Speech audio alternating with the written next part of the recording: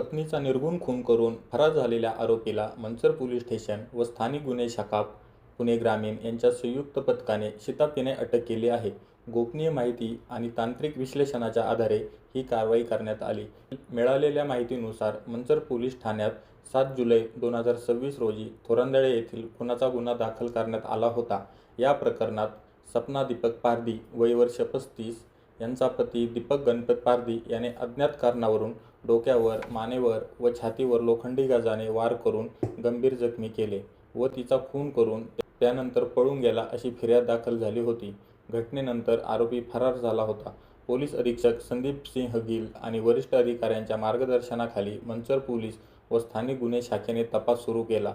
CCTV footage, तांत्रिक विश्लेषण आणि गोपनीय माहितीच्या आधारे आरोपी आंबेगाव तालुक्यातील घोडेगाव परिसरात नातेवाईकांकडे लपून बसल्याची माहिती मिळाली.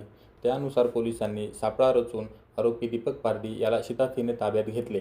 न्यायालयात हजर केल्यानंतर न्यायालयाने त्याला 16 जुलै 2026 पर्यंत पोलीस कोठडी सुनावली आहे. प्राथमिक चौकशीत पती-पत्नीतील किरकोळ वादातून लोखंडी गाजाने वार करून पत्नीचा खून केल्याची कबुली आरोपीने दिल्याचे पोलिसांनी सांगितले. या प्रकरणाचा पुढील तपास सहाय्यक पोलीस निरीक्षक मनोज वाघमारे करीत आहेत. ही कारवाई पोलीस अधीक्षक संदीप सिंह गिल, अपर पोलीस अधीक्षक शुभम कुमार, उपविभागीय पोलीस अधिकारी अमोल मांडे यांच्या मार्गदर्शनाखाली स्थानिक गुन्हे शाखा आणि मंचर पोलीस स्टेशनच्या संयुक्त पथकाने केली.